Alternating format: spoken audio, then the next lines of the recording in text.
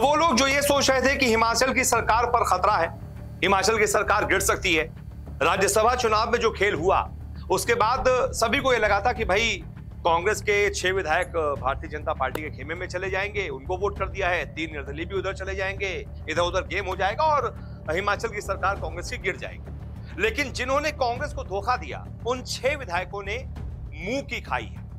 कांग्रेस को धोखा देना उनके लिए भारी पड़ गया और उनकी सभी की विधायकी चली गई। जी हां, सबके सब जिन 6 कांग्रेस के विधायकों ने कांग्रेस को धोखा दिया, ओवर स्मार्ट बने, भारतीय जनता पार्टी के लिए क्रॉस वोट किया, सबने मुंह की खाई है और सबने अपनी विधायकी गंवाई है। कैसे विधायकी गंवा दी है, कौन सा ऐसा कानून के ऊपर लागू हुआ है, कौन कौन से ये 6 विधायक हैं और क्या हिमाचल सरकार वाकई खतरे में है या फिर समीकरण कुछ बदल गए हैं, ये अपनी रिपोर्ट में मैं आपको बताता हूं। सबसे पहले उन 6 विधायकों के नाम मैं आपको बताता हूं जिन्होंने कांग्रेस को धोखा दिया और अब विधायकी गंवा दी। इसमें पहला नाम है सुधीर शर्मा का, दूसरा नाम है चैतन्य शर्मा का, तीसरे हैं देवेंद्र भुट्टल, चौथे हैं राजेंद्र राणा, पांचवें हैं इंद्रदत्त लखनपाल और छठे हैं रवि ठाकुर। इन सभी ने अपनी विधायकी गंवा दी है।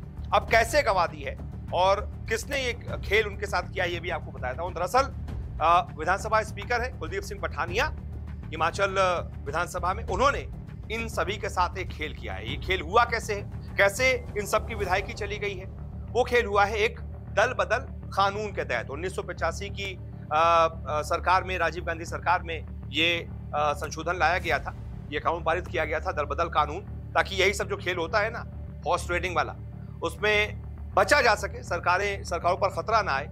एक पार्टी से चुने जाते हैं, दूसरी पार्टी की तरफ चले जाते हैं, थोड़ा सा खेल हो जाता है पैसों वाला, तो बस इसी को रोकने के लिए दल बदल कानून लागू किया गया था। उसी कानून के तहत इन सबको अयोग्य करार दिया गया है। क्या है ये कानून, समझ लीजिए। तो दल बदल विरोधी कानून संविधान की 10वीं अनुसूची में है। इसमें किसी विधायक या सांसद के अयोग्य करार दिए जाने के कारणों को साफ किया गया है। अगर कोई सांसद या विधायक अपनी मर्जी से पार्टी की मेंबरशिप छोड़ देता है तो उसकी सीट छिन सकती है। अगर कोई सांसद या विधायक जानबूझकर सदन में वोटिंग के दौरान अनुपस्थित रहता है या फिर पार्टी के व्हिप के खिलाफ जाकर क्रॉस वोटिंग करता है तो उसको अपनी सीट गंवानी पड़ सकती है। अब यहां पर भी यही खेल हुआ। पार्टी ने व्हिप जारी किया था, कांग्रेस के 40 विधायक थे, सभी को व्हिप जारी हुआ था कि भाई राज्यसभा चुनाव है, सभी को कांग्रेस के जो कैंडिडेट हैं अभिषेक मनु सिंघवी, उनको वोट करना है, तो व्हिप जारी हुआ था। लेकिन ये जो 6 महानुभाव थे, इन्होंने खेल कर दिया, इस कानून को नहीं माना, इस व्हिप को नहीं माना और क्रॉस वोट कर दिया, तो ये कानून इनके ऊपर लागू हो गया और दल बदल विरोधी कानून के तहत स्पीकर ने इन सभी 6 विधायकों को अयोग्य करार दे दिया है। इनकी विधायकी छिन गई है। अब क्या कांग्रेस की सरकार पर वाकई खतरा है? क्योंकि बताइए, अपने ही 6 विधायकों को उन्होंने अयोग्य करार दे दिया है, तो क्या उनका नंबर तो कम हो ही जाएगा, 40 से वो 34 रह जाएंगे। लेकिन 40 से 34 रह जाने के बाद क्या सरकार बची हुई है? नया समीकरण कहता क्या है विधानसभा का, ये भी समझ लीजिए। तो इन 6 के अयोग्य करार दिए जाने के बाद अब जो 68 की विधानसभा थी वो रह गई है 65 सीट की। कुल सीट अब 62 है। बहुमत के लिए कितनी जरूरी है? 32। कांग्रेस के पास अभी कितनी सीटें हैं? 34। यानी सरकार अभी सेफ है। बहुमत के लिए जितनी सीट जरूरी है उससे 2 सीट कांग्रेस के पास ज्यादा ही है। दूसरे नंबर पर बीजेपी है जिसके पास 25 सीटें हैं और 3 निर्दलीय हैं। ये निर्दलीय भी बीजेपी के ही खेमे माने गए थे, उनके लिए वोट किया था। यानी बीजेपी के पास कुल मिलाकर एक तरीके से निर्दलीय को मिलाकर 28 है, कांग्रेस के पास 34 है।